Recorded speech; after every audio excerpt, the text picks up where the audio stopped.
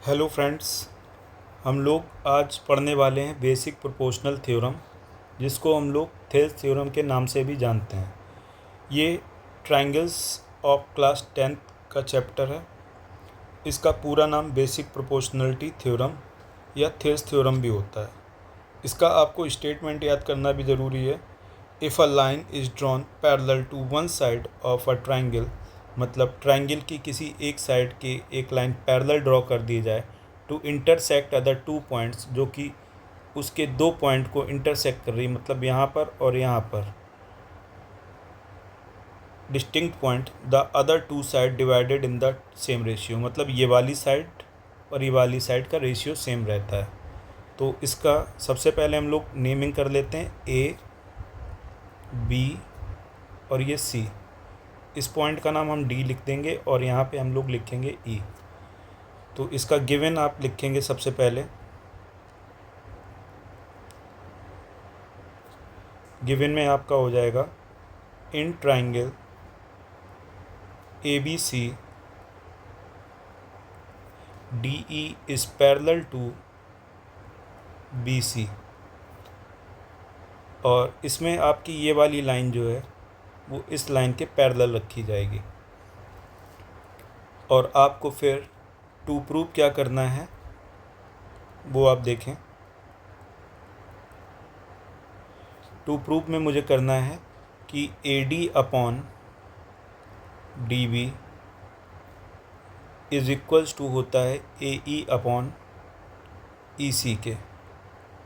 ये चीज़ बेटा हमको प्रूव करनी है। अब हम लोग इसमें एक कंस्ट्रक्शन भी थोड़ा सा करेंगे। कंस्ट्रक्शन में क्या करना है, आपको एक लाइन ड्रॉ करनी है। एक लाइन ड्रॉ करते हैं कहाँ से, डी से ई की तरफ, इस प्रकार से। और एक लाइन हम लोग करेंगे ई से, और ये दोनों ही लाइनें परपेंडिकुलर लाइंस होंगी।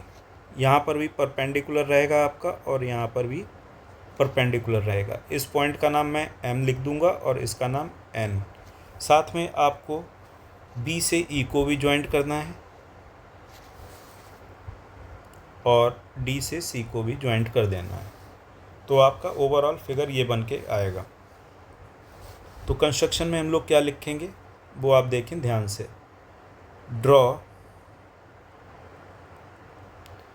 D M perpendicular to AC and EN perpendicular to AB।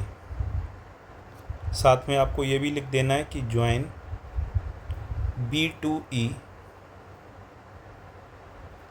And join C to D। Okay, तो अब हम लोग इसकी प्रूविंग करने वाले हैं। तो सबसे पहले हम लोग लिख देते हैं कि हम लोगों को एक चीज़ नॉर्मल मालूम होती है कि we know that area of triangle is equal to होता है 1/2 बेस इंटू हाइट।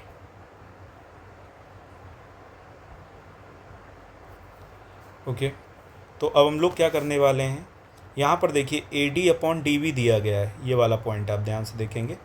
इधर साइड आपको ए डी टू प्रूफ में क्या करना है, A D upon D B. तो हमें ये ध्यान देना पड़ेगा कि ए डी और डी बी किस में पढ़ रहे हैं। ए डी पढ़ रहा है ट्राइंगल ए डी ई में, area of triangle A D ई। यहाँ पर अपॉन लगा है तो आप भी एक अपॉन लगा देंगे।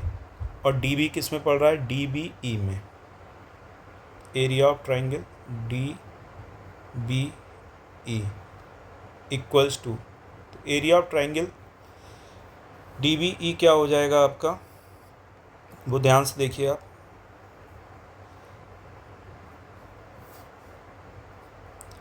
1/2 बेस क्या हो जाएगा, ए डी, और इस पे परपेंडिकुलर क्या है, जैसा कि आपने लिखा हुआ है ई एन। और डी बी ई में कौन सा हो जाएगा, 1/2 बेस हो जाएगा आपका डी बी, और इस पर भी सेम परपेंडिकुलर रहेगा। ध्यान देने वाली बात है, कुछ बच्चों को ये कन्फ्यूजन रहेगा कि इस पर ये परपेंडिकुलर कैसे पड़ गया। देखिए 3 प्रकार के परपेंडिकुलर होते हैं। जैसे ये एक एक्यूट एंगल ट्रायंगल है तो इसका परपेंडिकुलर इसके अंदर पड़ता है। राइट एंगल ट्रायंगल में उसकी एक साइड ही एक परपेंडिकुलर होती है, जबकि ऑब्ट्यूज एंगल ट्रायंगल में परपेंडिकुलर जो है वो बाहर की तरफ गिरता है। खास ध्यान देने वाली है कि एक डायरेक्शन से एक ही परपेंडिकुलर गिरेगा। जैसे इस साइड से अगर मैं इधर साइड की देखूं तो केवल एक ही परपेंडिकुलर पड़ेगा, भले ही वो ट्रायंगल के अंदर हो और चाहे वो ट्रायंगल के बाहर वाले ट्रायंगल में हो। तो आपको ये चीज़ क्लियर होनी चाहिए। इसके बाद हम लोग क्या करने वाले हैं, इसको कैंसिल आउट कर देते हैं। इससे ये कैंसिल हो जाएगा और इससे ये कैंसिल हो जाएगा। तो यहाँ से हमारा एक आउटपुट आएगा कि area of triangle A D E is equals to A D upon D B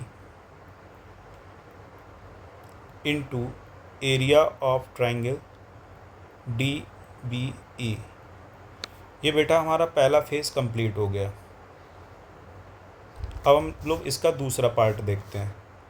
इसको भी हम लोग अलग से डिवाइड करे दे रहे हैं कि इतना इतना आपको पहले क्लियर करना है।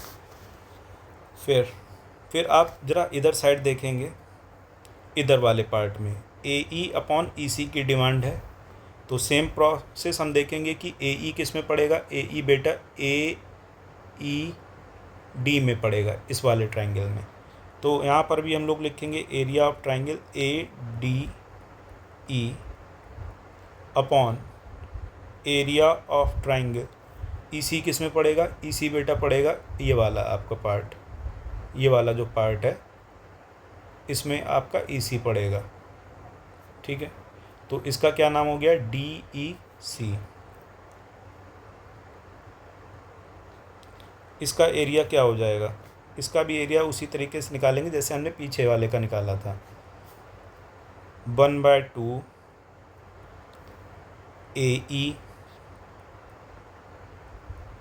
1/2 ई सी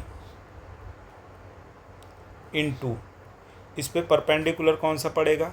एक परपेंडिकुलर आप डी एम दिखा चुके हैं, ई एन दिखा चुके हैं, अब आप इस पे डी एम दिखा देंगे। ये डी एम हो गया आपका। तो डी एम से डी एम कैंसिल हो गया, 1/2 से 1/2 कैंसिल हो गया। तो area of triangle A D E क्या निकल के आया आपका, A E upon E C into area of triangle D E C. इस वाले को हम इक्वेशन 1 मान लेंगे और इसको इक्वेशन 2 मान लेंगे। चलिए बढ़ते हैं हम लोग अगले पेज पर। तो यहाँ पर आपने देखा था कि मैंने 2 इक्वेशन बनाई थी। अब मैं यहाँ पे लिखूँगा फ्रॉम 1 and 2, फ्रॉम 1 and 2। 1 और 2 से मुझे क्या मिल जाएगा, देखिए ये भी ए डी ई के इक्वल है इक्वेशन और ये वाली भी इक्वेशन ए डी ई के इक्वल है। तो यहाँ से क्या मिल जाएगा, A D upon D B into area of triangle D B E is equals to A E upon E C into area of triangle D E C. बेटा एक प्रॉपर्टी होती है, इसको मैं आपको समझाए दे रहा हूँ कि जैसे मान लीजिए एक ये कोई ट्रेपेजियम है। ट्रेपेजियम की आप जानते हैं कि एक पैरेलल पेयर होता है। अगर इसी बेस पर, इस वाले बेस पर मैं एक ट्रायंगल बनाऊं जो बिल्कुल ऊपर टच कर रहा हो और इसी पे मैं दूसरा ट्रायंगल बनाऊं जो कि दूसरे को टच कर रहा हो, तो इन दोनों ट्रायंगल्स का एरिया इक्वल होगा, ये वाले ट्रायंगल का और इस वाले ट्रायंगल का। ये दोनों ट्रायंगल का एरिया इक्वल होगा। ओके, तो वही इसी प्रॉपर्टी का हम लोग यूज़ करने वाले हैं यहाँ पर भी।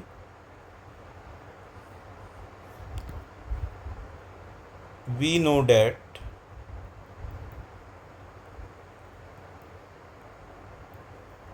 if two triangles have same base and between same parallel lines,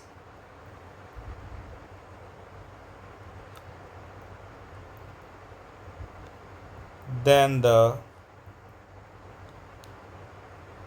area of both triangles are equal. तो इस बेस से क्या हो जाएगा कि area of triangle D B E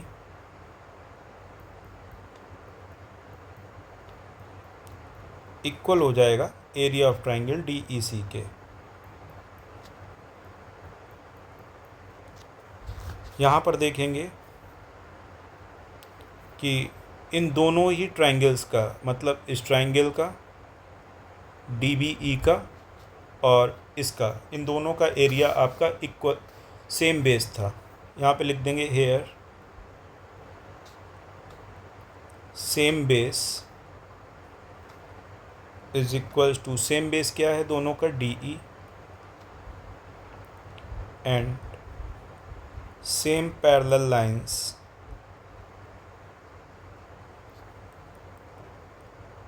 same parallel lines आपकी कौन सी हैं, देखिए D E parallel to B C, जो कि हमारा गिवन में था।